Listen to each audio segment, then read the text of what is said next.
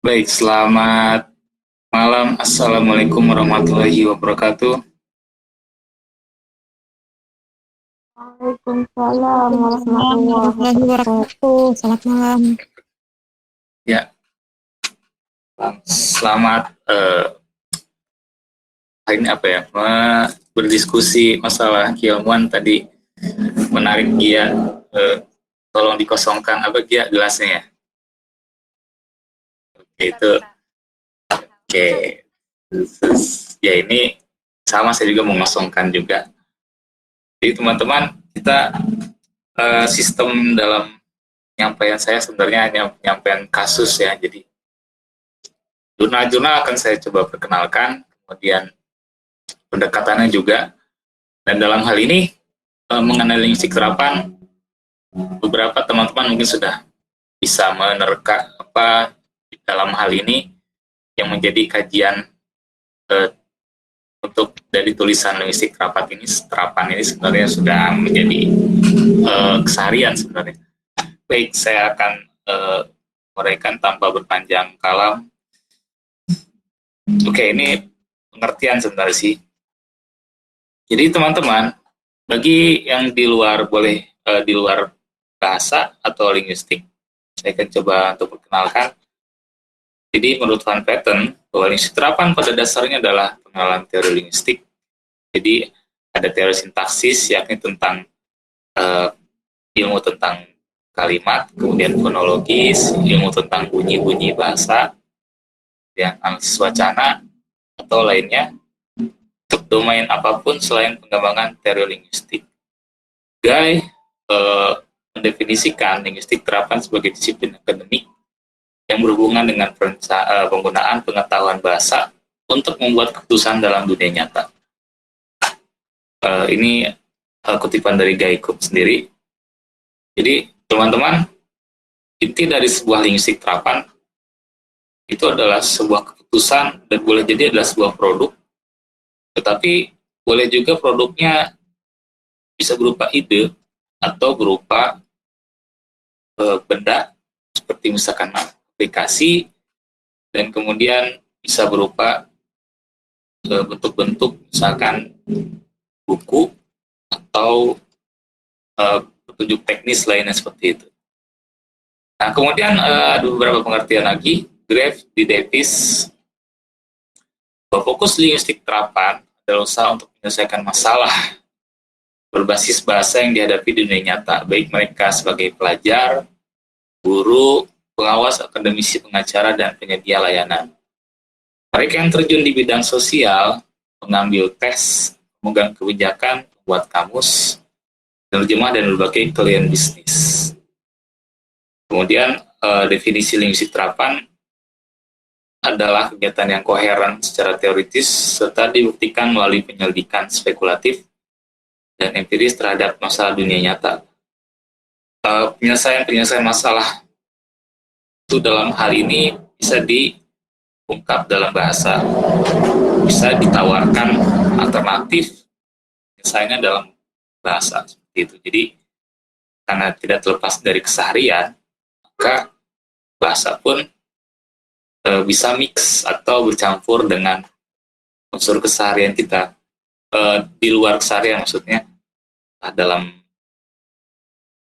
bidang teknologi informatika, biologi bahkan, dan kemudian ada bidang-bidang lainnya seperti itu.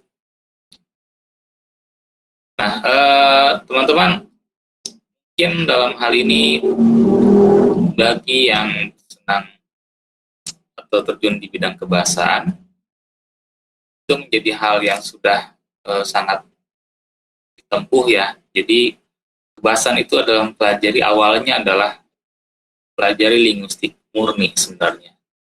Jadi teman-teman, sebelum mempelajari linguistik terapan, kita mempelajari dulu linguistik murni atau teori linguistik. Jadi mana mungkin analogi seperti ini. Seorang yang ingin belajar berenang misalkan di air, entah itu atau mengapung di suatu antariksa, ia harus belajar teori tentang menggerakkan anggota tubuh dulu, atau teori tentang berenang terlebih dahulu. Nah, bagi hal ini pun sama. Ketika kita belajar linguistik terapan, maka kita belajar dulu teori tentang linguistik terlebih dahulu sebelum cebur di dalam terapan-terapan lainnya seperti itu. Nah, bermula di Amerika pada tahun 1946, ya, jadi dalam hal ini menangani beberapa kekhawatiran terkait bahasa. Keresahannya seperti itu. Jadi boleh jadi beberapa anak di Amerika itu kesulitan berkomunikasi. Kemudian dalam hal ini dicari tahu apa kesulitan dalam berkomunikasi tersebut. Misalkan Anda pasti tahu istilah gagap. Jadi istilah seharian kita adalah gagap dalam bicara. Itu juga gangguan kebahasaan. Kemudian ada istilah cadel atau saya lupa istilah ilmiahnya. Itu adalah gangguan kebahasaan juga. Nah, maka dari itu saat itu kemudian ada sebuah kursus independen di University of Michigan pada tahun 46. Di dalam hal ini ada sebuah pendekatan untuk menyelesaikan hal tersebut. Yang pertama-tama sebenarnya adalah untuk pengajaran bahasa asing, itu paling awal. Pengajaran seorang ahli dalam bahasa, kemudian diajarkan ke orang lainnya yang belum tahu, misalkan bahasa Inggris, misalkan diajar ke seorang yang belum tahu atau belum belajar bahasa Inggris. Itu metode yang paling awal selain dengan metode kedokteran nanti setelahnya. Jadi BIPA atau Bahasa Indonesia untuk Penutur Asing, mungkin kalian pernah tahu. Teman-teman di sini mungkin ada yang pengajarnya. Bahasa Indonesia untuk penutur asing itu disingkat menjadi BIPA, seperti itu. Itu biasanya sekarang itu dipelajari terlebih dahulu, awalnya linguistik, teori linguistik, kemudian bagaimana cara untuk menyampaikan ilmu linguistik dengan kebahasaan, kemudian dengan pengajarannya seperti apa. Nah, ini yang masih bertahan sampai sekarang, itu adalah BIPA. Gitu. Baik, ini agak panjang. Intinya gini, sebenarnya kongres-kongres setelah dari Amerika kemudian diperluas ke Perancis pada tahun 1966, 1964. Kemudian dalam hal ini disingkat menjadi AILA. Jadi Kongres Internasional pertama, dan dalam hal ini landasannya adalah perkembangan ilmu linguistik yang sangat-sangat pesat saat itu, di samping ilmu-ilmu lainnya. Jadi saling berdampingan tuh sebenarnya, linguistik, kemudian teman-teman atau ilmuwan-ilmuwan yang lainnya seperti filsafat, ilmu-ilmu sastra, sama berkembang ya. Tapi dalam hal ini linguistik itu berjalan beriringan sebenarnya dengan hal tersebut, kedua hal tersebut. Dan kemudian dalam hal ini linguistik itu mulai untuk memadupadankan atau mix dengan hal lainnya, seperti selain pengajaran bahasa asing yang tadi BIPA, dia juga mix dengan terjemahan mesin, kemudian sampling isu-isu dalam hal ini seperti misalkan topik bahasa, dan kemudian lebih khusus lagi misalkan masalah komunikasi, bagaimana memecahkan konflik atau intrik masalah kebahasaan seperti itu. Kemudian masalah dengan penerbangan, ini mungkin kode ya, kemudian gangguan bahasa, hukum, dan kedokteran, kebijakan dan perencanaan bahasa dan masalah keaksaraan seperti itu. Baik, teman-teman, 1960. Kemudian di Inggris itu lebih dahulu, tahun 1957 itu mulai diperkenalkan.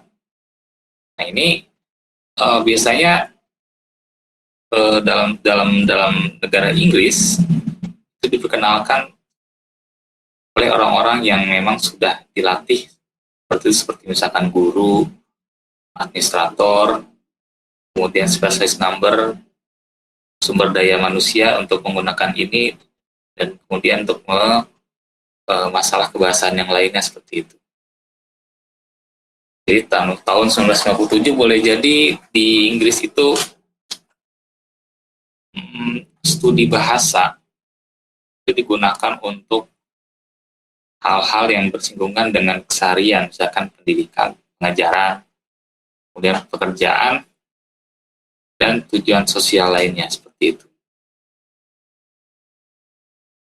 Oke, kemudian, nah yang menarik adalah di Indonesia, sudah sampai di Indonesia pada tahun 1975 atas dasar prakarsa 19 senior dalam linguistik atau linguis senior, berdirilah sebuah organisasi dengan nama Masyarakat Linguistik Indonesia.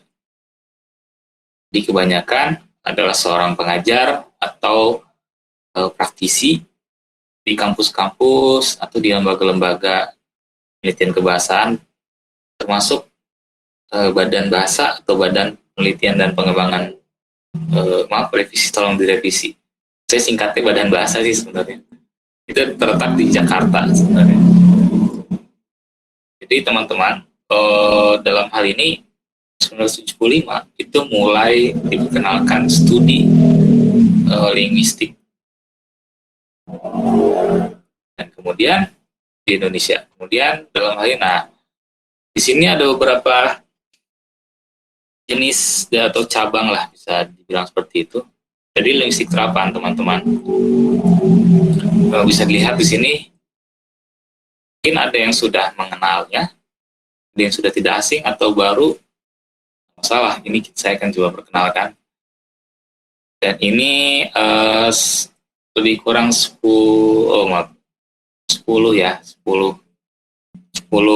cabang dalam linguistik terapan.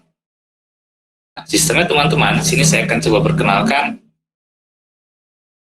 berbagai jenis jurnalnya dan kemudian bagaimana cara penerapannya, tapi secara singkat boleh jadi seperti itu, karena ada berupa, ini hanya berupa sebenarnya perkenalkan cara analisanya aja sebenarnya, tidak mengupas secara mendalam, tapi saya akan kupas secara mendalam, terutama bagian penelitian saya terutama. Nah, yang pertama adalah fonetik terapan. Teman-teman, fonetik terapan itu mempelajari bunyi bahasa, penggunaannya dalam praktisnya, misalkan olah vokal dalam seni drama, dan kemudian dan seni musik, dan untuk membetulkan bunyi bahasa anak-anak. Jadi teman-teman, dalam hal ini bahasa itu digunakan untuk atau diterapkan untuk membetulkan atau dalam hal ini merangsang kebahasaan anak-anak, bunyi bahasa anak-anak, seperti misalkan ada yang sulit untuk mengucapkan bunyi vokal R seperti itu, atau ada yang masih tertukar dalam menentukan huruf-huruf atau bunyi huruf seperti itu. Di sini fonetik terapan yang berperan dalam hal itu.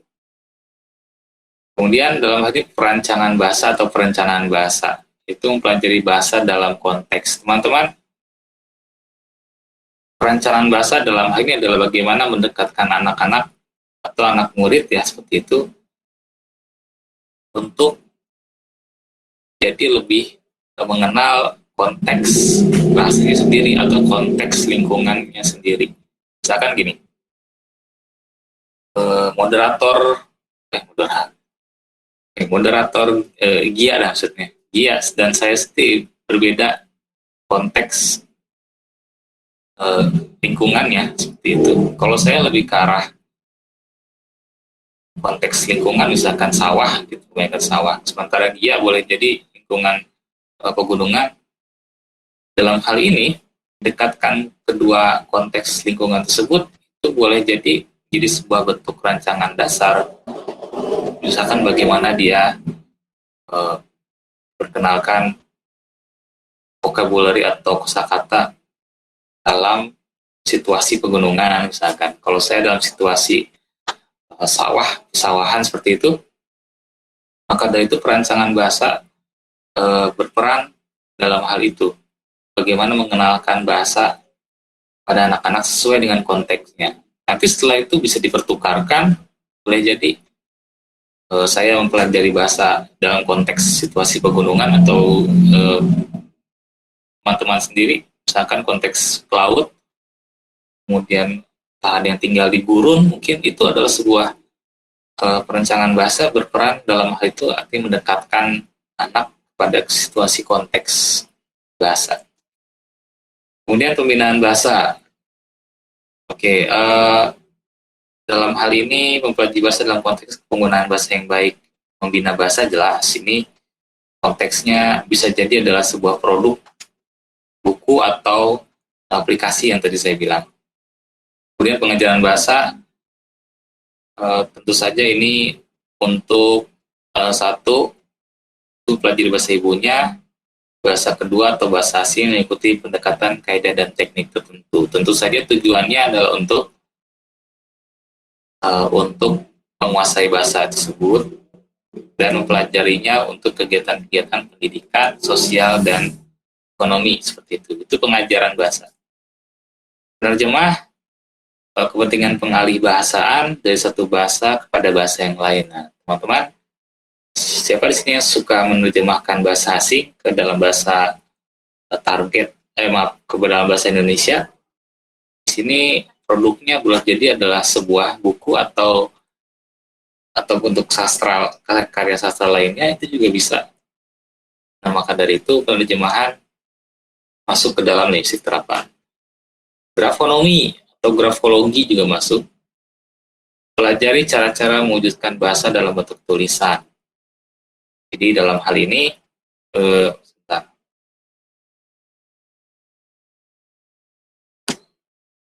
jadi bagaimana ejaan atau dalam arti bentuk-bentuk tulisan ketika melihat sebuah tulisan,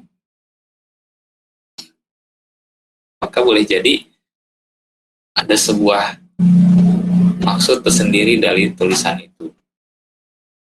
Dan saya akan perkenalkan bagaimana cara untuk mempelajari sebuah tulisan ketika ditulis oleh seseorang, bagaimana jaraknya, kemudian spasi dari kanan kirinya, kemudian miring, naik tulisannya kadang-kadang, kemudian turun tulisannya. Ada sistem tersendiri, teman-teman. Ini nanti kan saya kenalkan namanya aplikasinya. Kemudian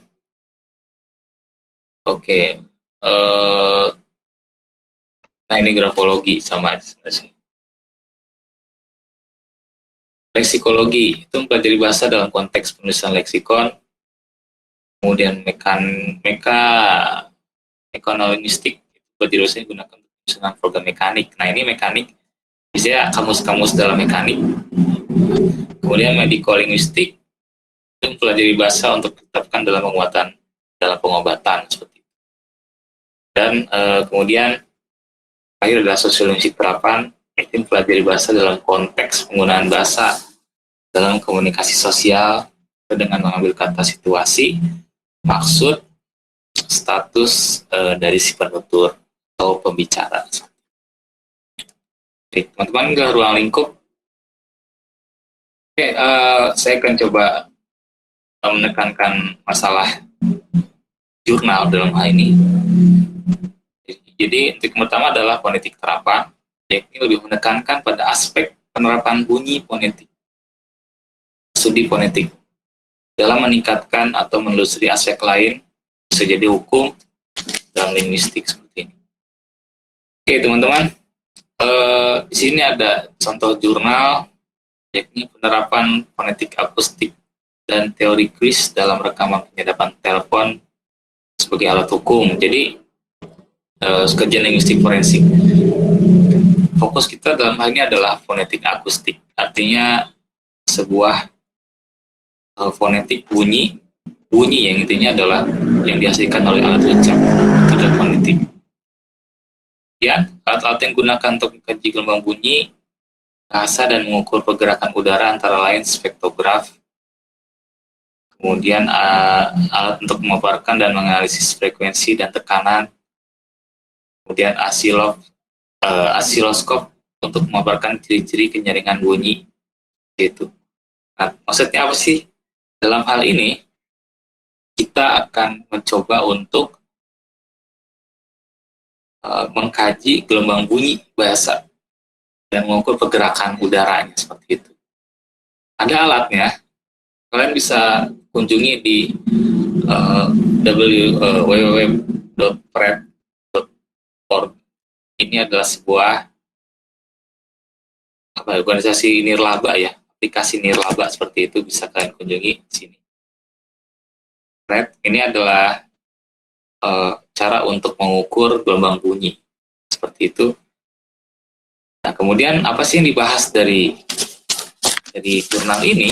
Saya akan coba munculkan. Nah, ini singkat sebenarnya. Oke, hasil analisisnya adalah hasil analisis Joko, seorang ahli forensik akustik, atas suara di telepon itu identik 93% dengan suara urip. Pada metode ini, dua suara sudah disebut identik jika tingkat kesesuaiannya di atas 90%. Nah, teman-teman, dalam hal ini kita menguji suara rekaman dan suara aslinya seperti itu. Misalkan saya sendiri sedang bicara, kemudian direkam dan diuji, dan kemudian dalam hal ini suara rekaman saya yang ditelepon itu juga diuji juga apakah ada kesamaan dalam hal ini memang merupakan suara dia, dan jika dalam hal ini berbeda, maka boleh jadi tingkat kesamaannya identiknya itu bawah 50% seperti itu. Nah, maka dari ini identik 93%, maka fonetik terapan menyatakan bahwa itu adalah suara yang benar identik seperti itu. Di fonetik terapan itu mix dengan IT atau internet atau informasi dan teknologi. Nah, selanjutnya adalah perancangan bahasa. Situasi bahasa sebagai alat untuk perencanaan bahasa nasional. Jadi dalam hal ini akan membahas situasi bahasa yang berada di luar negeri dan bagaimana tindakannya situasi tersebut, hingga hasil yang diperoleh berdasarkan situasi bahasa yang berada di luar Indonesia keempat. Jadi teman-teman, di sini mengenai masalah situasi bahasa, situasi kebahasaan di luar negeri seperti apa sih bisa kita adaptasi di Indonesia, tepatnya di Singapura, tepatnya di Indonesia ini. Maka hasilnya adalah, jadi dalam hal ini berupa buku praktis. Nah, situasi kebahasaan. Jadi dalam hal ini salah satu contoh penggunaan bahasa Inggris yang mengalami penguatan adalah penamaan nama tempat yang banyak menggunakan bahasa Inggris. Yang dalam juknis bahasa badan bahasa telah dijelaskan bahwa penama tempat di ruang publik harus menyatukan bahasa Indonesia. Hasil luaran penelitian ini adalah perancangan atau perencanaan bahasa Indonesia berupa buku praktis. Teman-teman, perancangan bahasa dalam hal ini digunakan untuk, boleh jadi adalah turis, boleh jadi adalah masyarakat awam. Seperti misalkan bagaimana cara untuk memasyarakatkan bahasa Indonesia, yakni dengan mencantumkan bahasa Indonesia bahasa Indonesia di ruang-ruang publik. Di sini maksud dari jurnal ini adalah seperti itu. Jadi untuk mengadaptasi memasyarakatkan bahasa Indonesia, kita harus mengenahkan bahasa Indonesia di ruang publik. Seperti itulah maksud dari jurnal ini. Nah, kemudian di sini ada pembinaan bahasa. Contoh jurnalnya adalah Media sosial sebagai sarana pembinaan bahasa Indonesia di era digital oleh Pak Sudaryanto maksudnya.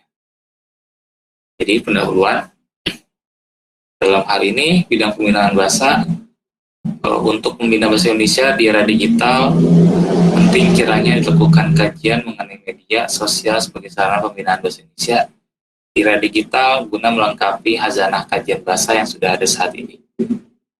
Jadi teman-teman, maksud dari pembinaan bahasa Indonesia adalah untuk dalam hal ini memperluas khazanah bahasa Indonesia di media sosial. Untuk apa? Dalam hal ini untuk membina bahasa Indonesia sendiri seperti itu. Jadi membina bahasa Indonesia lewat media sosial seperti itu. Hasilnya apa? Hasilnya adalah penerbitan infografis lini masa. Kalau teman-teman mungkin baca, seperti tahukah Anda pecahan hari ini, padanan istilah atau istilah hari ini dan lain-lain. Melalui penerbitan infografis itu kelak diharapkan pemasarakatan Indonesia yang baik dan benar dapat dipahami oleh masyarakat Indonesia selaku penutur jati dan masyarakat luar Indonesia selaku penutur asli. Nah, saya akan coba munculkan makalahnya.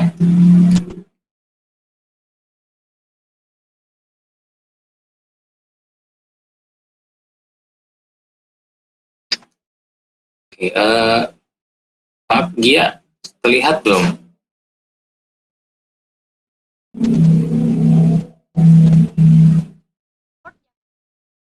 Oh iya, lihat. Oke, teman-teman, kasih tahu ya kalau belum terlihat. Mungkin ada yang belum. Oke, ini adalah makalah lengkapnya atau jurnal lengkapnya. Teman-teman, maksud dari penggunaan infografis adalah bagaimana cara untuk mengenalkan bahasa yang baik dan benar dengan era digital, dengan media sosial di era digital ini. Baik, contoh-contohnya seperti ini. Nah, ini yang besar.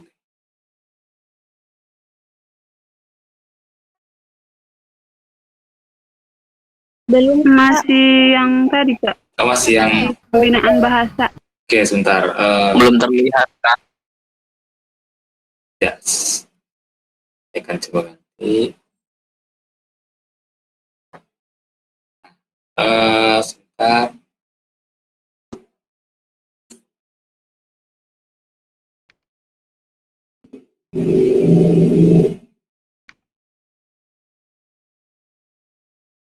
Nah, ini. Sudah terlihat?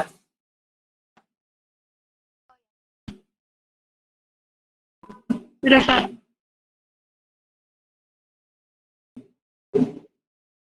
Oke. Jadi, teman-teman, dalam hal ini ketika bicara masalah media sosial, maka unsur-unsur infografis seperti warna, tata letak, dan lain-lain itu sangat diperhatikan. Nah, untuk menjadi seorang pembina bahasa, maka kita harus harus melakukan sedikit inovasi. Maka dalam hal ini, infografis dalam hal ini adalah demi untuk mewujudkan atau membina bahasa Indonesia dengan cara yang menarik seperti ini. Nah, ini tahukah Anda? Nah, ini kan mengenakan bahasa yang baik dalam hal ini yang sesuai dengan kaidah. Bawahnya ada tulisan kecil. Nah, ini adalah pengenalan dari seorang sastrawan misalkan atau seorang yang lainnya. Jadi, nah, manakah yang benar seperti itu? Silakan pakai H atau silakan tanpa H. Yang benar adalah silakan tidak memakai H seperti itu. Yang bagus seperti ini. Ini saya mana harus dipisah? Mana yang betul? Apakah dipisah atau tidak untuk kata ke sana? Ini bentuk-bentuk paduan kata. Ini bentuk infografis, ini adalah yang diwujudkan dalam hal ini. Ini berupa produk, teman-teman. Nah, ini ada istilah lain dari mager. Mungkin akronim dari mager adalah malas gerak. Tapi kita bisa ada padanannya ternyata kelesa. Jadi kelesa sebenarnya ini saya belum tahu sejarahnya sebenarnya, tapi diungkap jadi sebuah bahasa atau padanannya adalah kelesa. Ah, kok kelesa nih? Mungkin yang baru mendengar, oke, apa? Ini sebuah bentuk, ya makanya kita perlu diskusi seperti ini. Nah, kemudian islah mungkin dalam hal ini kalian sudah tahu ya, atau perdamaian. Teman-teman, ini adalah bentuk-bentuk dari sebuah pembinaan bahasa. Saya akan hentikan. Jadi teman-teman, menarik ketika kita bicara masalah pembinaan, maka akan memunculkan hal-hal yang baru untuk menarik perhatian ruang publik seperti itu. Nah, kemudian saya lanjutkan di PowerPoint.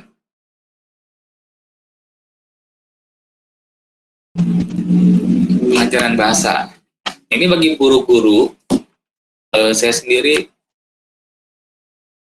terutama orang yang mengajar juga sebenarnya. Di dalam hal ini, saya lebih ke arah aplikasi. Mungkin dalam hal ini, aplikasinya seperti apa sih untuk pengajaran bahasa. Kalau untuk guru-guru SMA, saya angkat topi deh untuk guru-guru TK sampai SMA, karena mereka selain mengajar itu juga mengurus administrasi seperti itu. Itu yang saya belum bisa ya, mohon maaf Bapak Ibu guru saya. Jadi dalam hal ini pengajaran bahasa tujuannya adalah untuk meningkatkan nilai, dalam hal ini nilai praktis, nggak boleh jadi di sekolah seperti itu. Nah, kemudian apa sih hasilnya dalam hal ini? Kemampuan mempresentasi siswa, kemampuan bicara ketika menggunakan media ini. Di sini ada Microsoft Sway. Saya juga baru tahu ada Microsoft Sway. Mungkin ada yang sudah pernah memakainya. Nah, sini misalkan udah pakai belum? Nah, saya juga pakai, teman-teman, saya juga pakai PPT ini jadi di sini disinggung kekurangan PowerPoint adalah tampilan slide yang lurus dan slide yang tidak asik, tidak kreasi. Oke. Jadi dalam hal ini pendahuluannya seperti itu, dan kemudian diselesaikan dengan cara, oh ada lagi nih Microsoft Sway namanya, lebih asik, lebih kelihatan natural seperti itu. Ini hasilnya teman-teman. Jadi bagaimana sebuah kegiatan bahasa, pengajaran bahasa itu mix dengan IT. Ini juga merupakan sebuah kajian linguistik terapan sebenarnya. Nah, kemudian sebentar.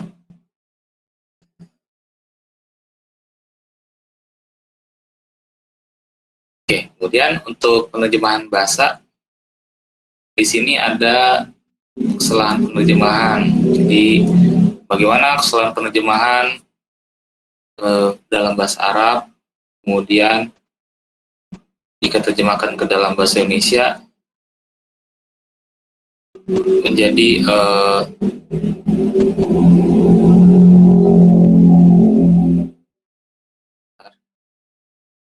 menjadi sebuah hal yang sendiri seperti itu. Nah, ketika terjemahkannya, apa sih menjadi sebuah hal yang mesti dilakukan? Maka di sini ditemukan kesalahan-kesalahannya seperti ini.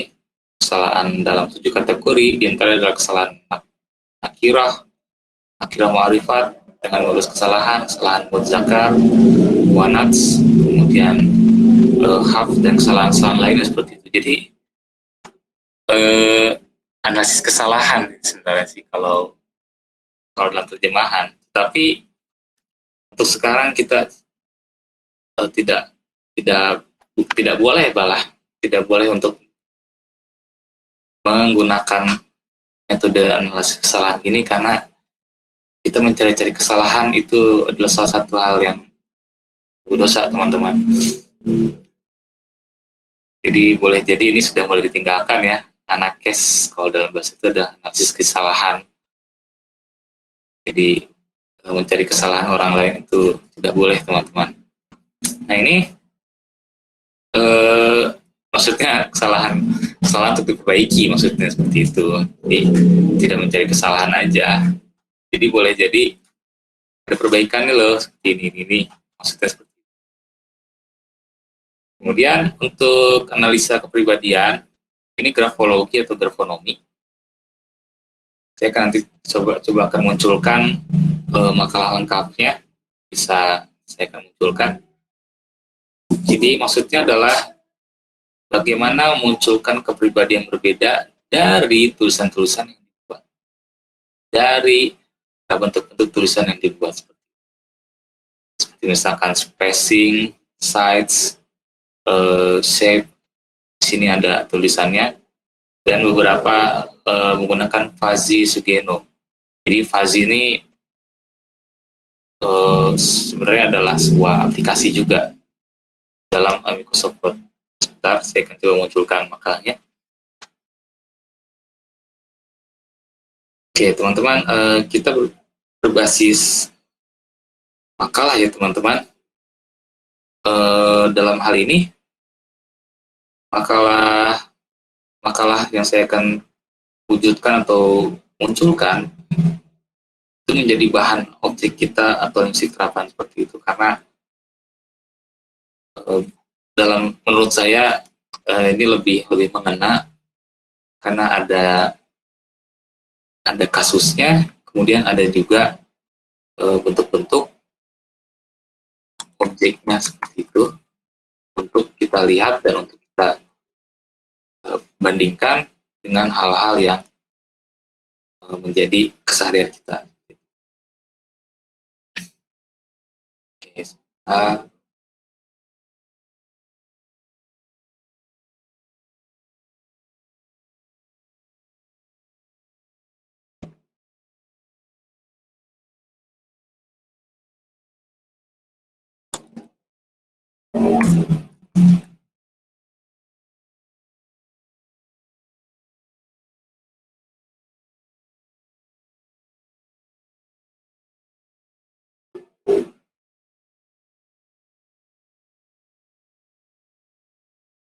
Oke, kemudian ada namanya grafologi yang tadi saya munculkan dulu deh.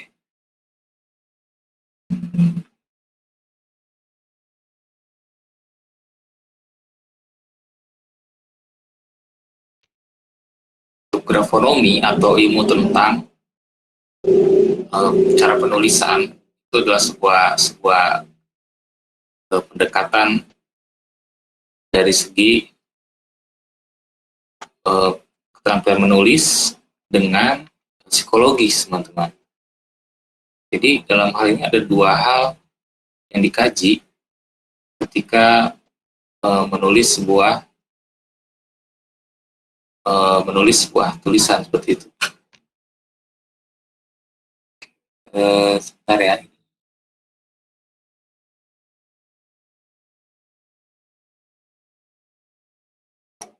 Oh, ya.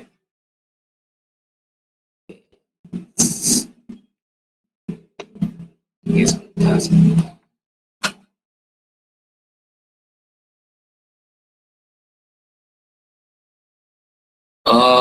Ya, dia betul. Jadi kalian bisa melihat seorang yang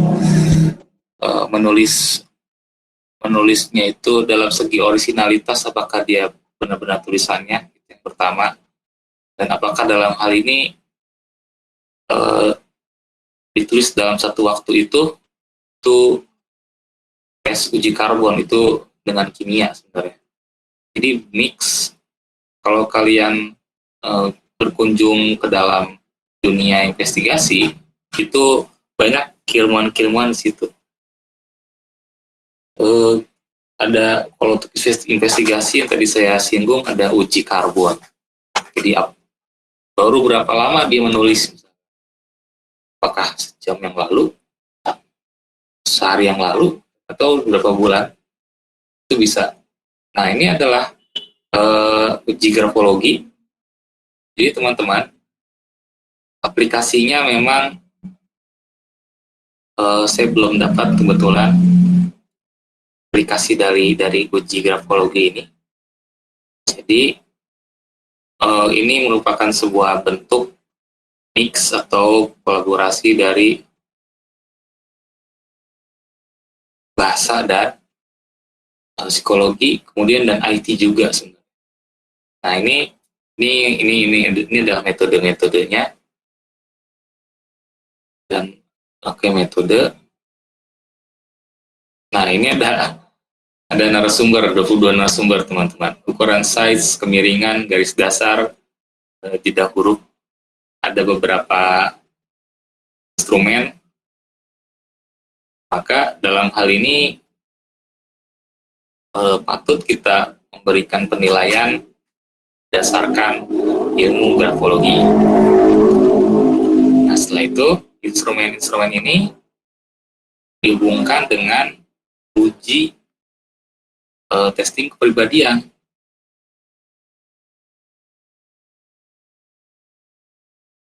Nah, ini oke, saya akan coba artikan.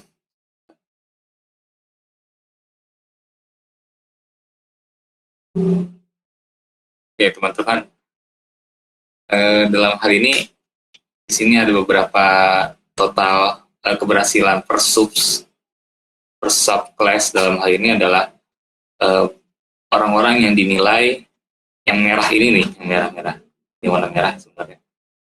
Jadi dalam hal ini boleh jadi yang sedikit tidak inkonsisten dalam seperti itu. Konsisten ketika menulis, ada yang kadang gede, besar, kadang kecil sendiri, dan kemudian di sini ada tanda merahnya lagi. Ini adalah sebuah bentuk-bentuk untuk menganalisa tulisan kepribadian berdasarkan tulisan tangan seperti ini. Nah, kemudian saya langsung ke ini aja deh. Ini misalkan uji handwriting analysis system with grafology. Ini dari teman-teman Trisakti yang akan menguji secara digital dari cara teman-teman menulis. Kemudian, nah, dalam hal ini ada dalam hal ini untuk kesimpulan fitur yang paling tepat. Jadi sistem dalam arti visual itu lebih mengena ketika mengenali itu, dan kemudian ini maaf, ini masih sekadar identifikasi ya sebenarnya. Jadi dalam hal ini belum begitu mendetail. Nah, saya akan perkenalkan yang lebih mendetail lagi.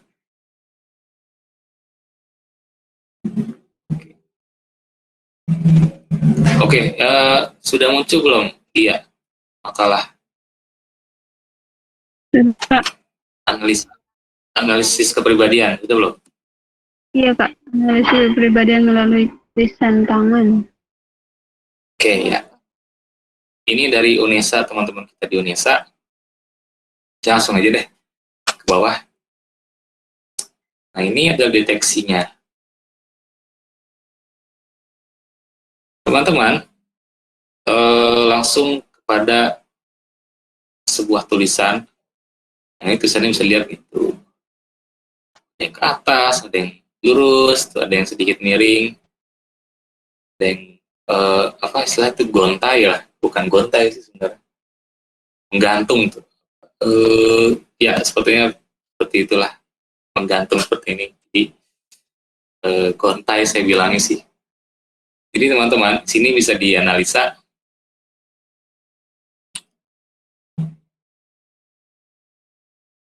Nah, ini ada artinya juga teman-teman. Ukuran tulisan, ini saya yang dari atas deh. Garis dasar. Garis dasar bukan merupakan garis imajiner. Dalam hal ini, stabilitas emosional ketika dia menulis. Jadi kalau misalkan tiba-tiba kalian menulis nggak rata, berarti boleh jadi emosi kalian sedang bergejolak mungkin seperti itu. Nah kemudian dia tiba-tiba naik, itu bergejolak emosinya. Nah kemudian untuk ukuran tulisan, tadi base layer tuh sebenarnya jika dalam tulisan kan ada garis di bawahnya tuh, apakah sesuai dengan garis di atas garis itu kan nulisnya seperti itu. Nah kalau untuk ukuran tulisan, kalau ukurannya kecil gitu, berarti dalam hal ini pengen diperhatiin seperti itu. Tulisan tebal dan kemudian tulisan yang besar, bukan bahwa maaf, nulis tulisan terbesar dan tebal. Jadi kalau yang nulis tebal, besar, dia ingin diperhatikan. Kemudian kalau tulisan tengah atau tulisan normal yang menunjukkan keinginan untuk menjadi bugar di dunia lari. Nah ini saya belum ngerti deh nih. Mungkin ingin menjadi lebih sehat mungkin di sini tuh maksudnya. Jadi kalau untuk tulisan yang kecil itu bagaimana? Nah di sini belum dijelaskan dalam hal ini. Tapi yang jelas seorang yang menulis dengan besar dan tebal itu ingin diperhatikan. Nah, kemudian spasi antar kata. Jadi dalam hal ini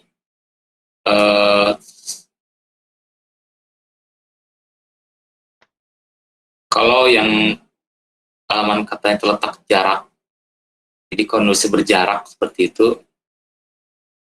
dia ingin membutuhkan kenyamanan emosional. Jadi tulisan yang berjarak secara teratur seperti itu, boleh jadi dia ingin mempertahankan keinginannya seperti itu. Jadi dia boleh jadi orang idealis, kalau menurut saya sih orang idealis seperti itu. Dan orang yang bermain dengan teritori. Ini daerah saya, kamu nggak boleh yang aneh-aneh gitu. Jadi pertahankan diri bagus seperti itu. Nah ini banyak lagi nih. Mungkin kalau ada yang mau tertarik dalam ini saya akan bagi. Nah hasilnya adalah oke, saya langsung ke hasilnya deh. Ini adalah bentuk-bentuk hitungan dengan aplikasi. Nah, ini oh iya, ya nanti saya kirim ke Gia aja deh ya. Ya, ini ada hasil. Oke, sini hasil apa ini? Oke. Jadi teman-teman, dari 22 orang itu tinjau dari segi emosional sampai dengan sosial seperti ini. Jadi bermacam-macam hasil akurasinya tuh. Ada yang tinggi emosionalnya, tuh komunikasinya ada yang bagus. Jadi silakan nanti kalian lihat lebih jelasnya. Saya mau lanjut ke PowerPoint saya deh. Oke, kemudian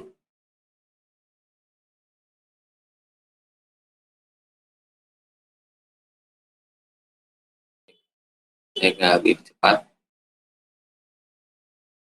Jadi ke morfologi. Nah, leksikografi atau leksikologi itu berkaitan dengan sebuah kata dan kemudian menjadi sebuah bentuk. Misalkan gini, dalam sebuah ornamen tradisi rumah Banjar, maka dalam hal ini ornamen tersebut dia mendeskripsikan klasifikasinya terlebih dahulu. Jadi dalam hal ini bentuk-bentuk rumah itu ditentukan oleh nama-nama tertentu. Jadi ada sebuah nama tertentu untuk mendeskripsikan rumah itu. Misalkan hasilnya adalah sebuah leksikon, atau leksikon dalam hal ini, maaf saya jelaskan, leksikon adalah sebuah bentuk kata seperti itu, leksikal. Jadi dalam hal ini yang diberi ukiran atau motif yakni kata-kata seperti pucuk hubungan, pilis atau papilis. Dalam hal ini mempunyai bentuk-bentuk makna lain. Jadi bentuk-bentuk rumah itu punya nilai sosial seperti misalkan nilai silaturahmi, nilai gotong royong, nilai tolong menolong, dan nilai musyawarah. Teman-teman, maksudnya adalah sebuah kata itu bisa mencerminkan sebuah bentuk rumah itu. Misalkan bentuk rumah, saya belum tahu kata Melayu Banjar, saya belum pelajari, tapi dalam penelitian ini diungkapkan bahwa sebuah kata bisa memunculkan sebuah makna, dan kemudian dalam hal ini bisa bersumber dari bentuk rumah seperti itu. Rumah seperti ini misalkan wujudnya untuk tempat berkumpul seperti itu. Rumah seperti ini tempatnya untuk tempat berkumpul para keluarga, ada lagi musyawarah para tetua seperti itu. Jadi kata mewujudkan sebuah makna. Nah, teman-teman, di sini ada sosiolinguistik terapan. Bagi teman-teman yang senang mempelajari atau ke lapangan, ada sebuah kajian nama sosiolinguistik terapan. Jadi, di sini merupakan pada fenomena bahasa yang hubungannya dengan masyarakat, sosio dan linguistik. Dan kemudian, objek dalam hal ini adalah masyarakat Samin, yang dalam hal ini merupakan bentuk atau daerah dari masyarakat dari daerah Jawa Timur, seperti itu. Mereka tidak pernah membedakan orang, manusianya hidup mempunyai kedudukan dan tingkatan yang sama. Oleh karena itu, dalam pergaulan sehari-hari, terutama dengan sesama sedulur, orang Samin menggunakan bahasa Jawa ngoko. Nah, lantas apa yang digeser? Jadi kan ini bergeser tuh. Bergeser boleh jadi tidak meninggalkan jejak asalnya seperti itu. Yang asalnya seperti ini, kemudian sedikit bergeser menjadi sebuah bahasa yang sama, tapi bahasa lainnya, tapi masih dalam satu cakup. Kalian mungkin bisa membedakan makna bergeser dan berpindah. Jadi bergesernya aja juga udah beda. Geser itu sepertinya adalah menggerakkan bagian, tapi masih dalam sebuah cakupan hal itu. Jadi masih dalam sebuah lingkaran atau medan itu. Lain dengan berpindah. Berpindah kan berarti boleh jadi tidak dalam medan itu, atau berbeda haluan atau di luar cakupan. Mungkin analoginya adalah kalian atau teman-teman mungkin tahu apakah berbeda bergeser, kaki yang bergeser dengan kaki yang berpindah. Nah, itu juga menjadi sebuah bentuk makna yang berbeda. Kalau berpindah ke arah yang bergeser bagaimana, Pak? Ya, itu cakupan lain. Jadi bergeser dalam hal ini adalah sebuah penggunaan bahasa yang menurunkan sedikit derajatnya seperti itu. Jadi yang awalnya bahasa ngoko kemudian jadi bahasa kromo. Ini adalah yang dilakukan oleh kaum atau orang Samin. Orang Samin dalam hal ini pergeseran BJS itu adalah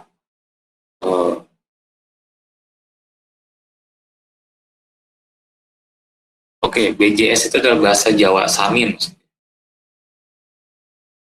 Pergeseran bahasa Jawa Samin yang maksud dalam penelitian ini adalah pergeseran penggunaan kode bahasa Jawa dari tingkat ngoko ke bahasa tingkat kromo. Nah, ini bergeser artinya kode dalam hal ini dari ngoko ke kromo bergeser.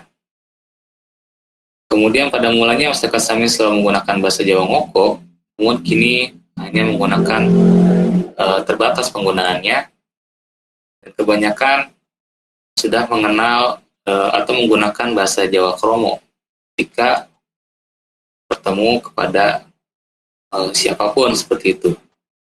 Jadi dalam sini bergeser, yang tadinya bertemu kepada siapapun menggunakan Jawa Moko, tapi kemudian bergeser menjadi menggunakan Jawa Moko ketika bertemu siapapun. Seperti itu. Dalam hal ini kecuali yang saya garis bawahi ada kecuali jika dia sudah mengenal betul orang itu, maka yang digunakan adalah bahasa Jawa Moko. Tapi ketika di luar yang dia kenal, sangat dia kenal, atau dalam ini di luar hal itu yang sangat dia kenal, tentunya adalah jika dia mengenal orang, dia sangat mengenal gitu, maka yang digunakan adalah Moko. Tapi kalau sudah tahap mengenal, ya dia hanya bahasa kromo, seperti itu maksud dari penelitian ini. Oke, medico-linguistik, ini saya akan nanti perkenalkan, ini penelitian saya sebenarnya. Di Cito, kemudian yang terakhir dulu deh, kemudian linguistik forensik. Nah teman-teman, seperti yang tadi teman-teman mungkin ikuti pada awal pengenalan sekolah linguistik, mungkin sering dibicarakan oleh pembicara, itu adalah linguistik forensik. Ini adalah contoh jurnalnya teman-teman yang tadi saya betulkan. Masalah linguistik forensik itu dalam ini digunakan dalam bidang hukum untuk membuktikan bahwa dia bersalah atau tidak.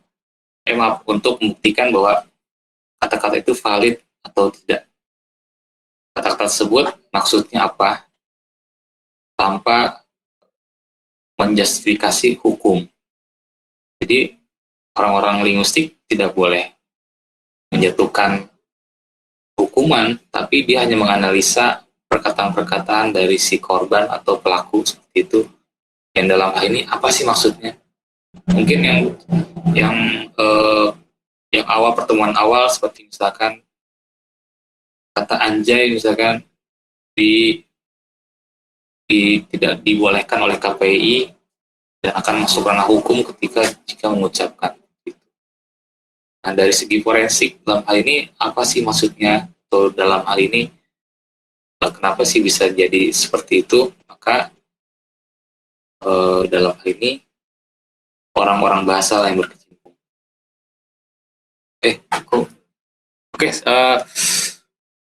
Ini sih munculnya sebentar.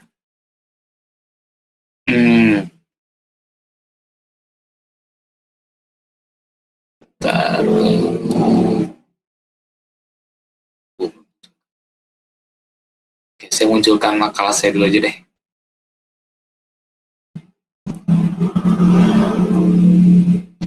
Makalah saya tentang masalah gangguan kebahasaan dari yang saya dan teman-teman, maksudnya, dan teman-teman saya waktu itu yang saya sudah laksanakan di Rumah Sakit Cipto tepatnya.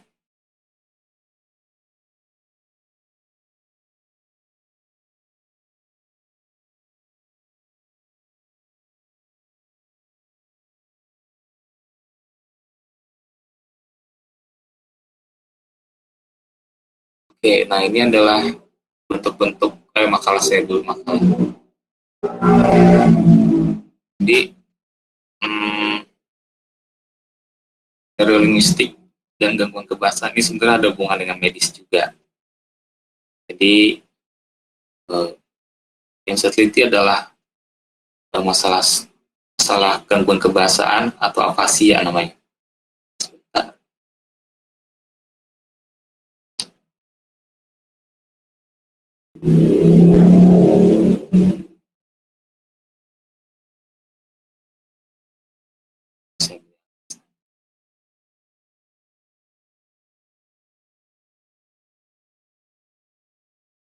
Oke, dari atas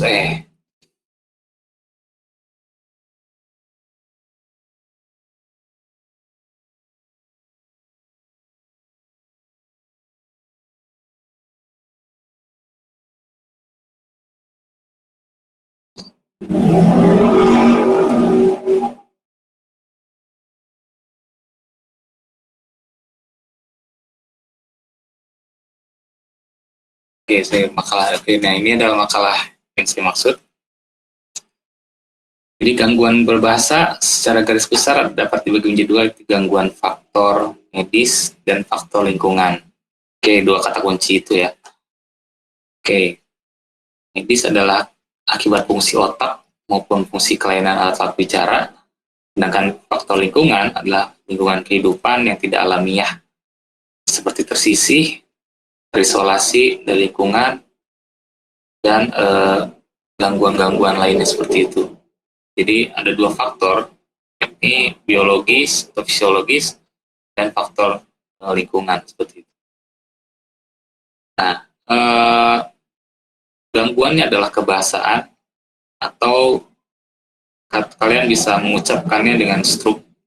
Itu stroke. Kalau stroke itu secara biologis, secara fisik, maka kalau kebahasaannya adalah afasia. Teman-teman mungkin ada beberapa yang sudah teman-teman mungkin saudara yang pernah mengalami atau sedang makan gejala stroke ini, maka boleh jadi berbeda cara bicaranya kan, terganggu bicaranya. Kemudian dalam hal ini di mix lah gangguan kebahasaan yang bersambung dengan atau bergabung dengan medis. Maka dari itu muncullah neurolinguistik. Ini bahasa atau gejala-gejala bahasa yang berhubungan dengan saraf atau dengan otak. Oke, kemudian saya akan coba munculkan hasil penelitiannya. Jadi neurolinguistik itu mencoba untuk mengobati beberapa pasien dengan apa? Dengan instrumen-instrumen seperti ini. Baik, saya akan coba cepat ya.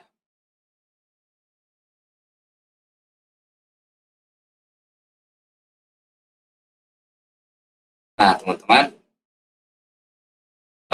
pasien-pasien itu kemudian dihadapkan pada atau kita wawancara seperti itu. Misalkan bertanya, nama ibu siapa, tinggal di mana, punya anak berapa, kemudian menyebut bunyi huruf F, L, dan S, kemudian menamai tingkat kata seperti ini, misalkan menamainya dalam hal ini memberikan sebuah bentuk, mana nih bentuk F, mana bentuk L, seperti itu.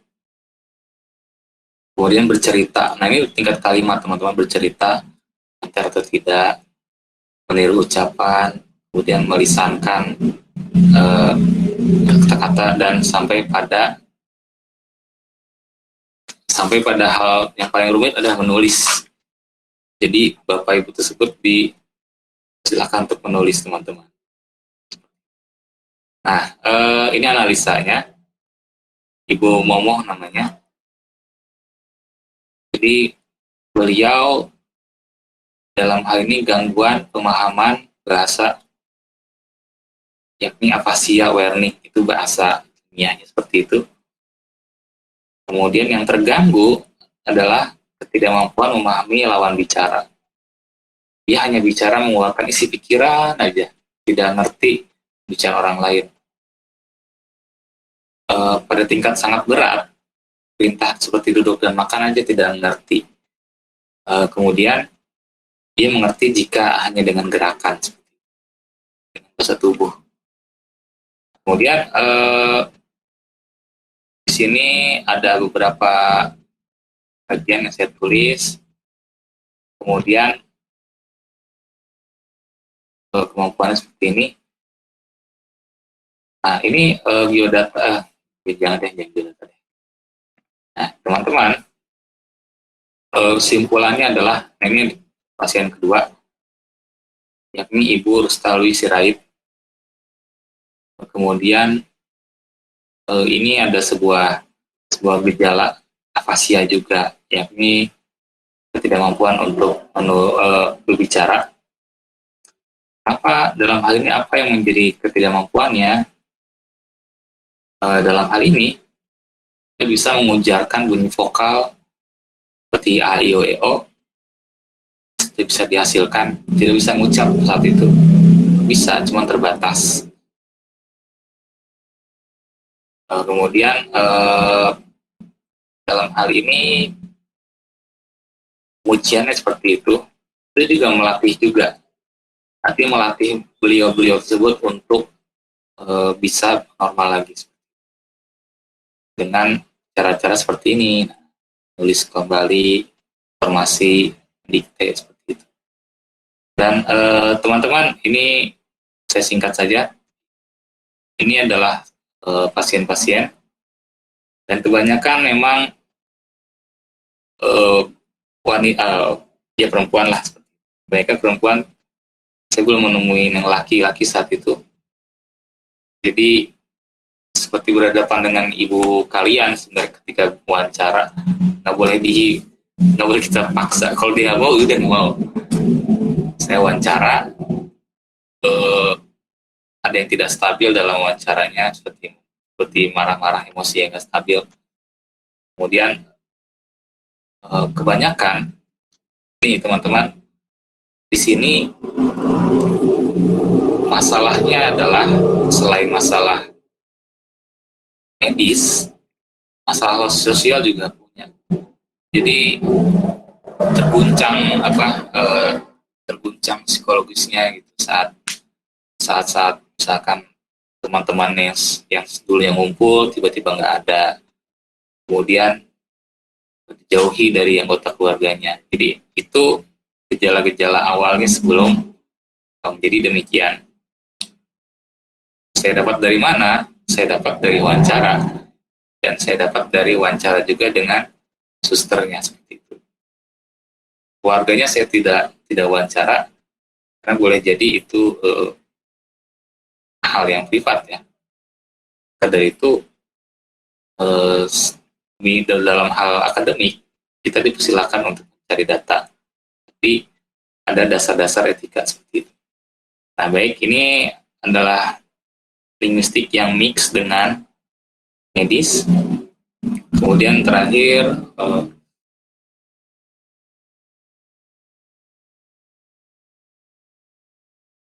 linguistik postmodern. Teman-teman,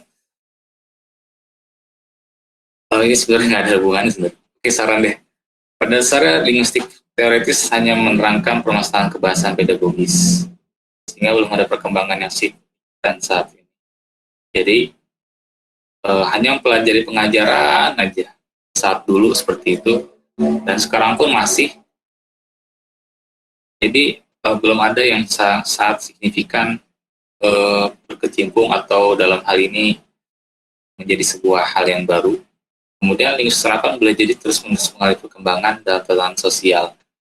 Dalam tatanan sosial sangat berkembang, apalagi banyak permasalahan saat ini. Bagaimana bentuk linguistik atau kebahasaan di era pandemi?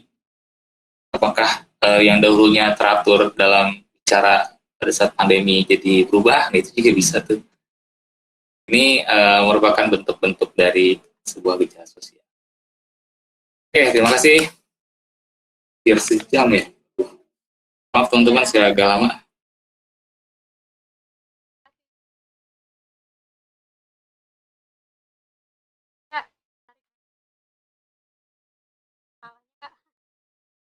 Oke.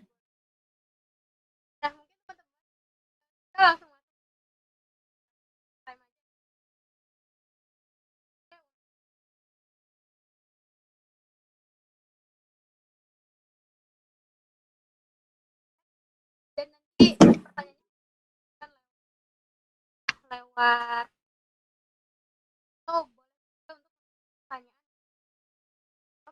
ada yang Kak Anissa mau Oh ya Kak, saya open mic saja ya. oke. Oke, terima kasih untuk kesempatannya. Jadi saya ingin bertanya, kalau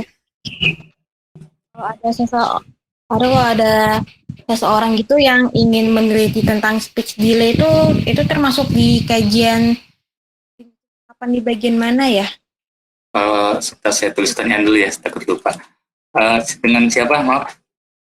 Bisa 2 Aprilia Pak. Speech delay ya. Iya Pak.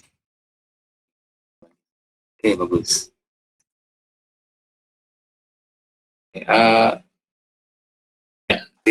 dia teknisnya gimana ya, dia? Saya jawab tuh, kumpulkan terlebih dahulu. Langsung jawab Oh, jawab dulu. Oke, kumpulin 3 dulu deh. Saya napas dulu ya. mau dikumpulkan dulu. 3 dulu aja deh. Boleh teman-teman ada yang pertanyaan lagi supaya nanti kita ya bertanya.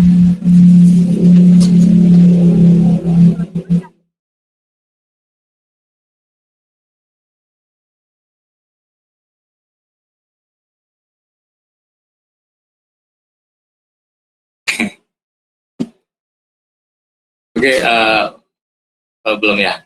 Oke, saya jawab. Oke, bagus.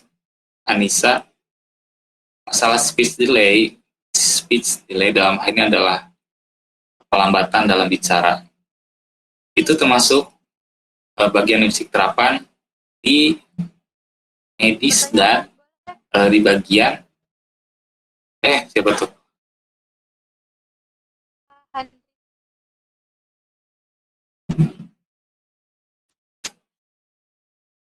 Oh,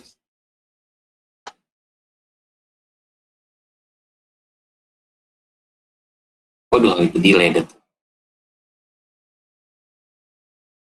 Sebentar dia lagi delay ya, sebentar. Agak-agak nggak stabil nih internetnya. Oke, ya. Ada yang mau nanya? Tadi ada yang mau nanya?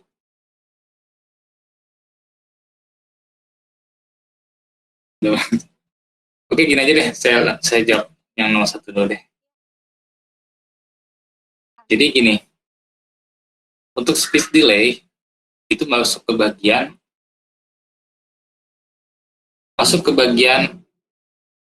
musik terapan dengan medis dan kemudian dengan neurologistik juga masuk. Jadi maksudnya apa? Maksudnya adalah bagaimana cara untuk mengatasi anak-anak yang dinilai lambat dalam bicara.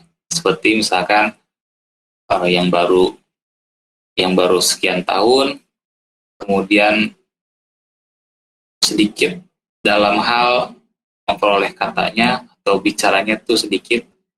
Itu saya lakukan di pemerolehan bahasa namanya. Nah, speech delay itu bisa bermakna banyak sebenarnya. Bisa dalam hal ini lambat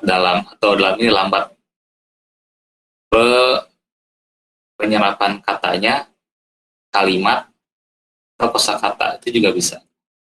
Maka dari itu masuk ke dalam dunia medis, dan untuk pengajaran memang tidak begitu signifikan, karena pengajaran hanya belajar untuk memperoleh boleh jadi adalah memperoleh kosakata saja. Nah, speech delay itu masuk ke dalam linguistik terapan dalam hal pemerolehan bahasa, dan itu bagian bisa dalam medis juga bisa seperti itu. Mesti dilatih. Seperti jangan istilah itu, dalam psikologis jangan untuk menunda jawaban anak, misalkan ini apa, Kemudian ini apa? Langsung dijawab Bapak Ibu. Langsung jawab teman-teman. Karena itu menjadi sebuah dalam anak itu yang tidak bisa diserap. Masalahnya adalah ingatan anak umur 0 sampai 5 itu sangat-sangat baik. Maka dari itu, latihlah banyak-banyak latih untuk berbicara mengenalkan barang-barang. Kemudian ketika bertanya, jangan menunda jawaban. Kalau menunda, maka boleh jadi akan hilang konsentrasinya dan jadi lambat dalam menyerap kosakata seperti itu. Di sini pemrolehan bahasa saya belum bahas ya. Oh iya, banyak sih soalnya ya, tapi umumnya memang medis seperti itu. Baik, Anissa, ada lagi? Ya, ada yang belum jelas? Jadi saya mau bertanya lagi boleh kah? Ya boleh. Jadi kalau jadi speech delay itu pengaruhnya yang terbesar tuh dari fungsi otaknya atau dari lingkungannya ya Pak? Oke, ya bagus. Yang paling besar adalah dari lingkungan yang selama ini saya teliti ya. Dan beberapa jurnal juga ada. Jika dia mengalami gangguan, boleh jadi gangguan secara organ, boleh jadi itu memang bagian dari organnya seperti itu. Tapi untuk kejadian-kejadian pelambatan, yang paling banyak temui adalah gejala lingkungannya seperti itu. Seperti misalkan tidak di lingkungan itu jarang orang untuk bicara. Kemudian maka boleh jadi dia pun jadi lambat untuk peroleh pembicaraan orang lain, karena anak kecil itu paling pandai meniru kan saat umur 0 sampai 0, umur 1 sampai 3 tahun itu paling pandai untuk meniru, dan itu akan diingat setelah meniru, kemudian diingat, kemudian diucapkan. Itu bagian dari medis atau bagian dari sisi psikologis ya. Oke, ada lagi?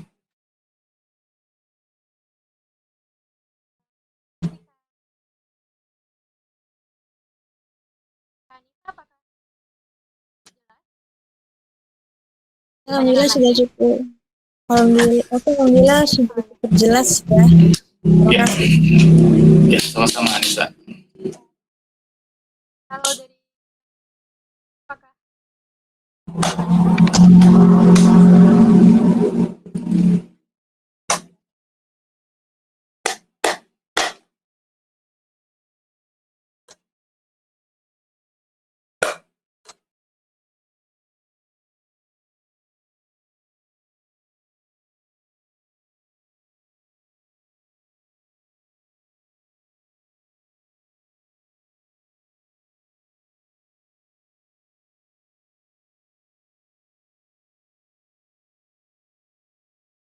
Oke, saya akan jawab.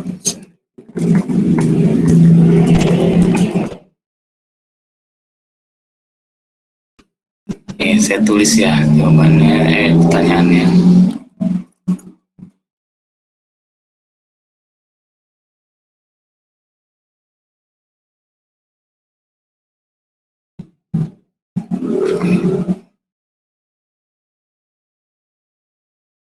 Handri, ya bagus pertanyaannya. Masalah yang pop, penerjemahan itu paling potensinya besar sebenarnya, potensi untuk diteliti. Tapi saya belum menemukan hal yang signifikan bagi saya. Tapi beberapa penelitian itu sangat banyak teliti. Misalkan gini, penerjemahan itu menunjukkan sebuah ideologi dalam sebuah negara. waktu itu saya meneliti sebenarnya sih. Ya oke lah, meneliti lah perbandingan bahasa dari beberapa negara yang menunjukkan unsur religiusitas. Jadi daerah-daerah seperti Turki, Rusia, kemudian daerah Italia seperti itu. Teman-teman, menarik ketika bicara masalah penerjemahan, objeknya adalah misalkan Pinocchio. Pinocchio diterjemahkan ke 3 negara itu ternyata punya hal yang menarik. Jadi Turki sendiri saat menerjemahkan, Turki banyak bahasanya. Ada Turki, ada 2 kalau nggak salah bahasa Turki itu di situ. Dan kemudian ada terjemahan ketika menunjukkan unsur kaget ada unsur agama di situ. Allah tuh, Masya Allah, seperti itu. Jadi unsur-unsur takjub itu masih ada di Turki. Kemudian unsur seperti takjub yang lainnya di negara Italia dan di negara Rusia tidak ada. Jadi teman-teman, waktu itu ketiga negara itu boleh jadi ya Rusia dan Italia itu menunjukkan penerjemahan setakjubnya dengan yang lain. Kalau dengan bahasa Turki sendiri masih ada unsur religinya seperti itu, misalkan untuk Masya Allah gitu. Allah, saya juga takjub. Kok Rusia dan Italia ternyata tidak menunjuk dalam hal ini, memang menjauhkan hal yang bersifat religi dalam menerjemah. Oke, nggak masalah. Sementara Turki masih ada unsur-unsur seperti itu. Jadi di mix, pertanyaannya adalah yang menarik selain itu apalagi? Selain ideologi atau dalam hal ini misalkan unsur-unsur yang menerjemahkan di sebuah negara, kalian juga bisa mengkaji unsur-unsur siapa yang mengkaji atau yang menerjemahkan hal itu. Jadi memang unsurnya dalam hal sosial sih ya, di linguistik terapan dalam hal sosial, penerjemahan berbeda ketika dipegang oleh seorang yang mempunyai maksud sendiri. Itu juga bisa. Maksud dalam hal ini adalah misalkan perempuan dan laki-laki. Apakah ada penghilangan dalam sebuah wacana atau sebuah kata ketika menerjemahkan? Itu kan persepsi masing-masing ya.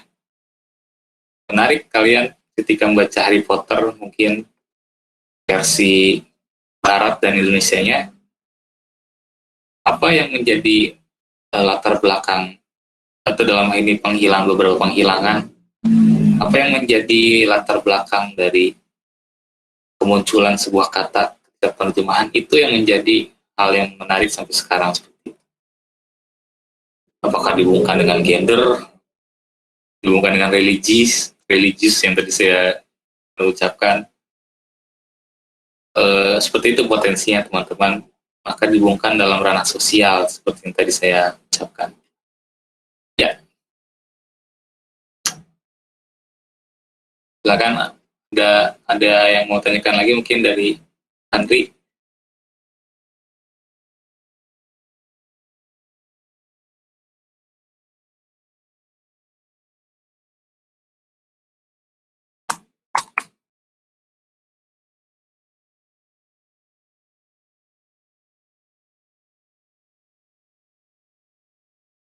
Oke, silakan.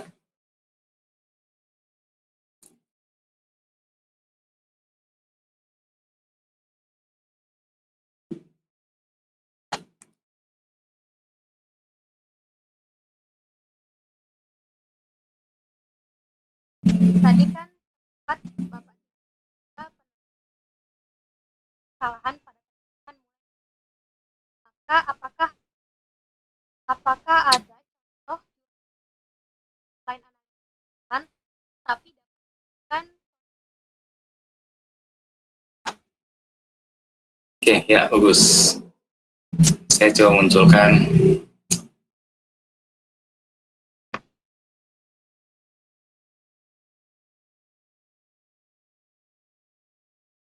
Oh. Ya bagus. Ya, oke. Penerjemahan. Eh,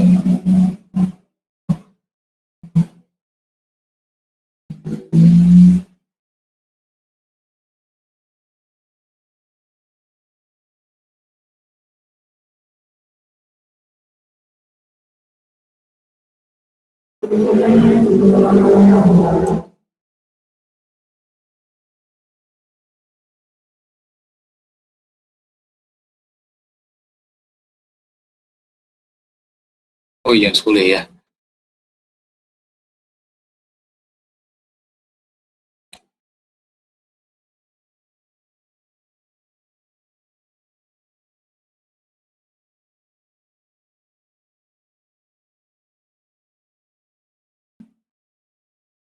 Oke, kebanyakan ini eh, jurnal saya mungkin kuantitatif ya, tapi nggak masalah. Ntar saya coba munculkan.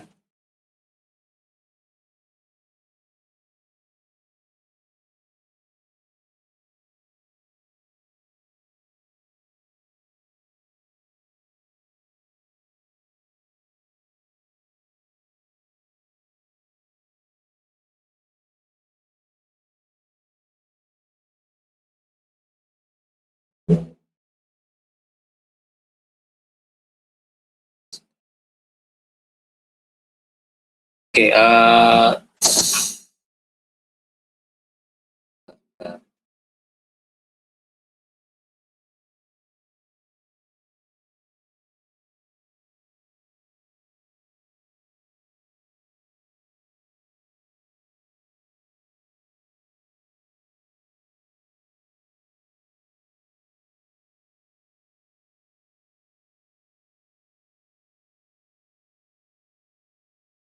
ada juga berupa kritik sebenarnya.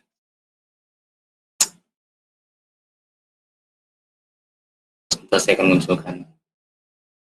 Kalau untuk perbaikan kesalahan, mohon maaf saya coba sedikit sih yang saya akses untuk kesalahan seperti ini. Nih,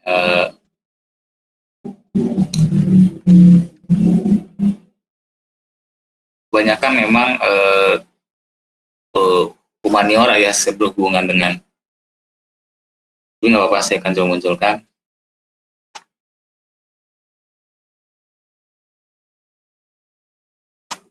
Nah ini dalam bahasa errors made by English major student. Saya belum dapat, kebetulan belum dapat yang bahasa Indonesia. Nah di sini masih ada bentuk kesalahan penerjemahan dari Thailand ke Indonesia ke Inggris. Nah, bentuk-bentuk penerjemahan seperti ini nanti perbaikan seperti apa? Perbaikannya boleh jadi ada pembiasaan. Saya akan munculkan.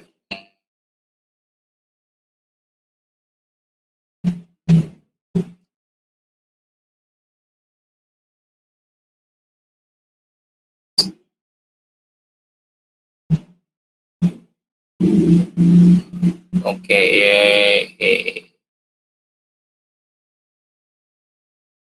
nah ini bentuk-bentuk yang error seperti ini.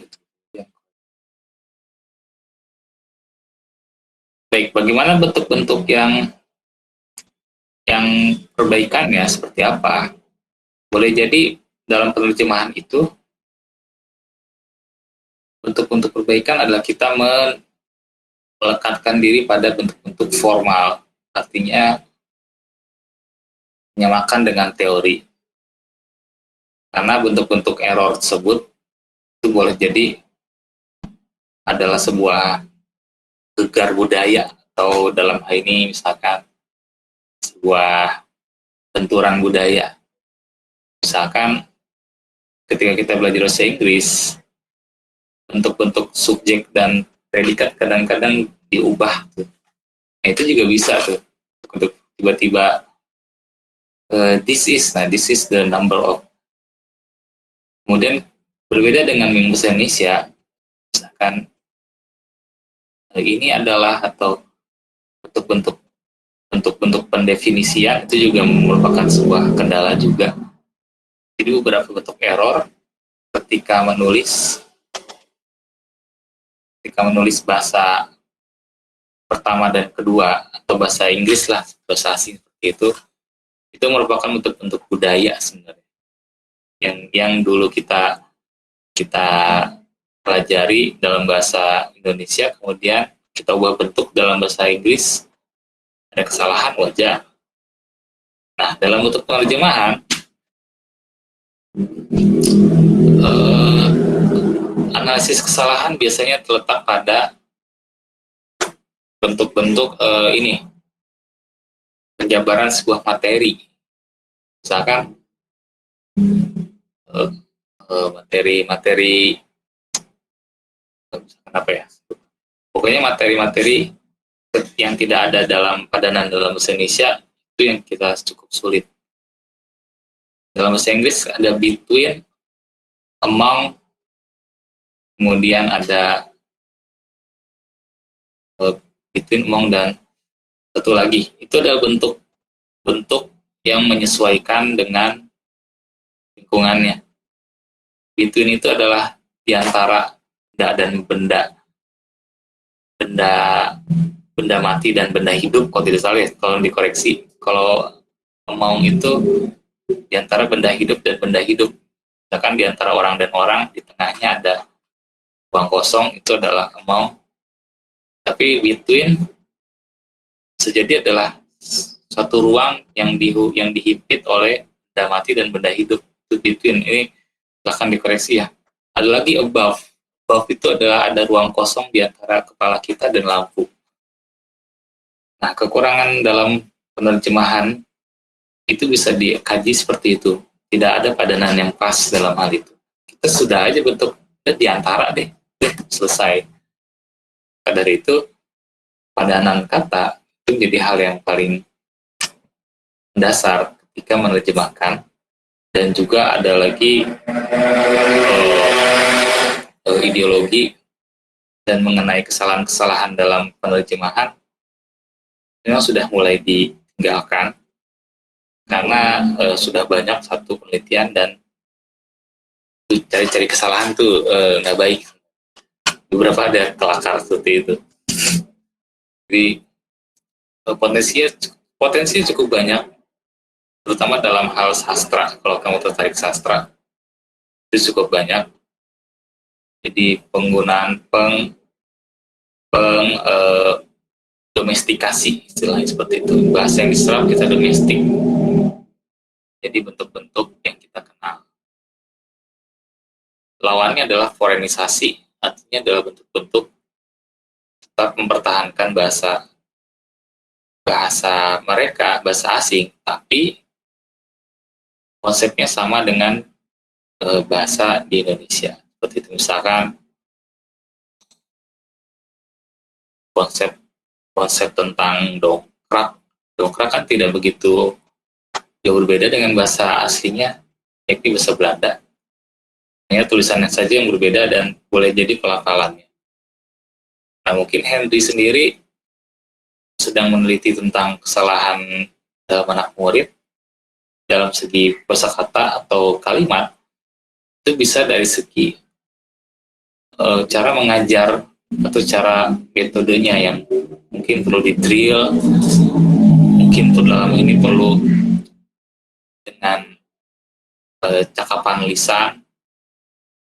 Metode banyak. Dengan metode lah kita bisa menyelesaikan sebenarnya. Dan dengan pendekatan lah bisa kita jawab kesulitan-kesulitan yang ada. Baik, sudah saya jawab. Ada lagi?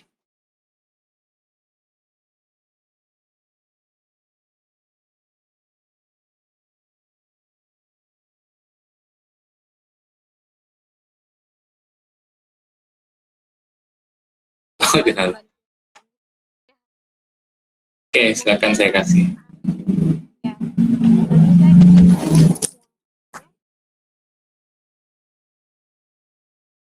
Lalu saya mungkin pertanyaan terakhir, tadi kan menarik ya tentang analisis tangan. Nah, tadi sempat dibahas bahwa tulisan tangan yang kita bahas kan tulisan tangan. Iya. Kemudian pikirkan oleh saya selintas gitu kan, gimana kalau misalnya kalau bahasa tulisan kita tulisan digital gitu. Sekarang kan zaman apa ya, Word gitu. Nah itu kira-kira kapan dalam hal ini gimana ya Kak perannya? Menurut saya kan kita melihat atau menganalisa kepribadian seseorang lewat hal ini. Apakah atau Ya, oke. Sudah ada namanya. Sebentar. Jadi kalau untuk pencitraan digital ya, pencitraan digital seperti itu sudah ada penelitiannya.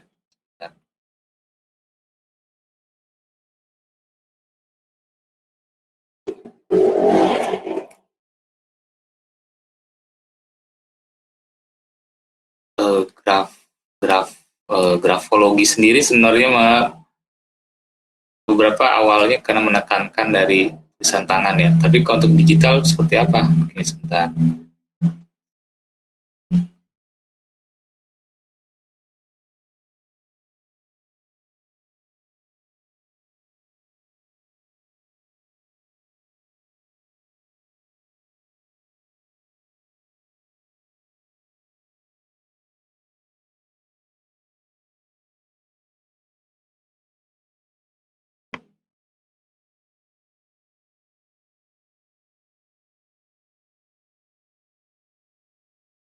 Oh, oh, oh,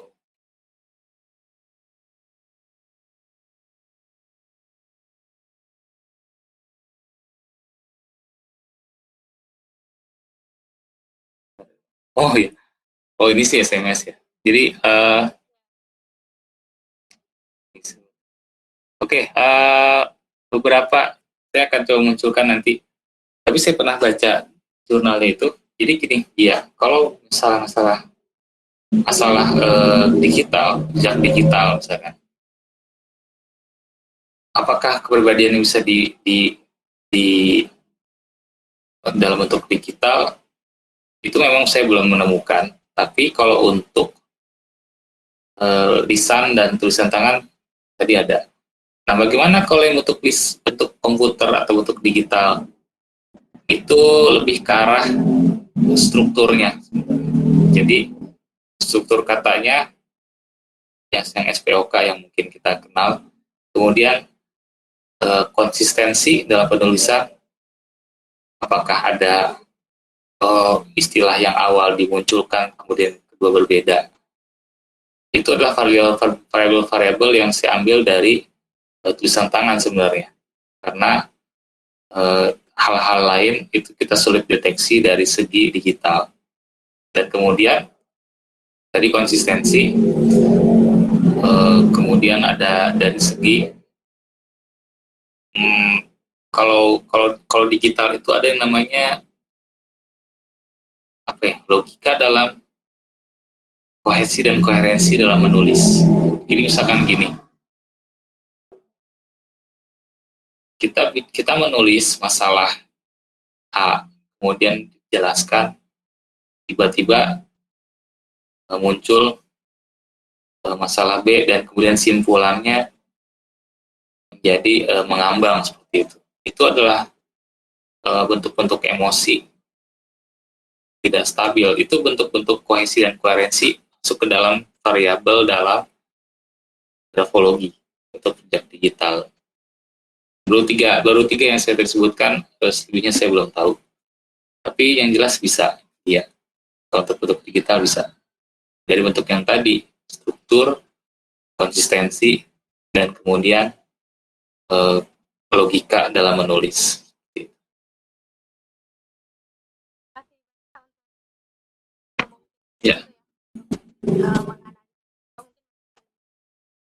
Ya betul, kamu bisa baca seorang itu menulis, memang dia menulis atau tidak.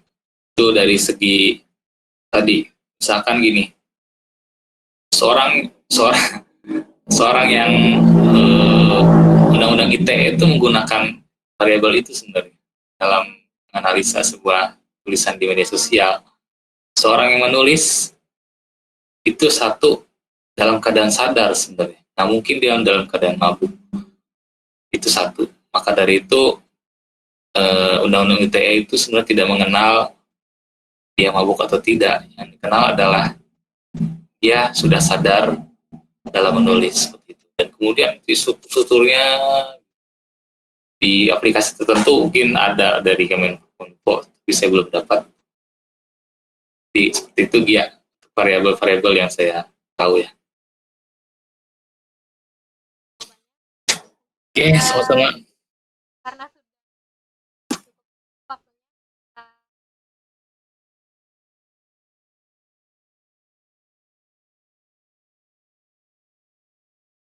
kan ilmunya Ya, wah, sama-sama. kita gitu.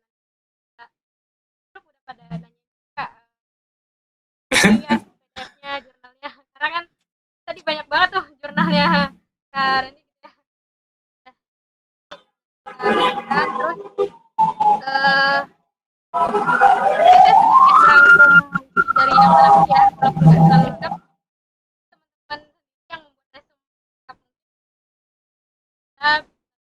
kita juga hari ini kita membahas tentang terapan tadi adalah usaha untuk menyelesaikan masalah berbasis bahasa yang dihadapi di nyata kalangan kita, mau pelajar, mau pengawas atau penelitian, ataupun terapan di Indonesia. Sebenarnya udah ada organisasi, ada masyarakat lingkungan tahu teman-teman tentang lingkungan.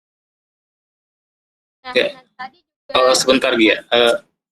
Jadi ya, silakan jurnal-jurnal juga banyak, silakan diakses situsnya aja di NLI. Bagi yang tertarik dengan studi bahasa, silakan, atau linguistik. bahasa ya. Nah, kemudian tadi ada linguistik terapan itu banyak terapan bahasa, pengajaran bahasa, bahan. Nah, tadi juga banyak kasus-kasus bahas ya, karena kan untuk tadi juga tentang kepribadian lihat dari ada hubungan antara linguistik dan Ya. katanya seperti itu ya tadi namanya. Terakhir kita boleh minta Kak Randy memberikan pesan-pesan atau closing statement Kak buat